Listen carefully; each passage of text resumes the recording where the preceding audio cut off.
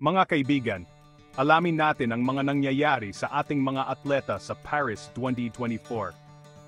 Talagang parang roller coaster ang laban, mga kababayan. Natapos man sa ika-12 pwesto si gymnast Carlos Yulo sa Men's Artistic Gymnastics All-Around Final na may score na 83.032 points, hindi pa siya tapos. Porsigido siyang makuha ang medalya sa floor exercise at vault finals.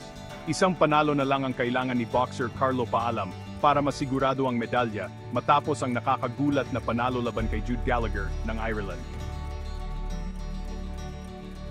Susunod na ang quarterfinals at nandito kami para suportahan ka, Carlo. Sa kabilang banda, hindi pinalad si Hergy Basiadan sa women's 75 kg boxing class matapos matalo kay Li Qian ng China. Laban lang, Hergy, ibinigay naman ni swimmer Kayla Sanchez ang lahat sa 100-meter freestyle at natapos sa ika-15 pwesto sa semifinals. Champ ka pa rin, Kayla.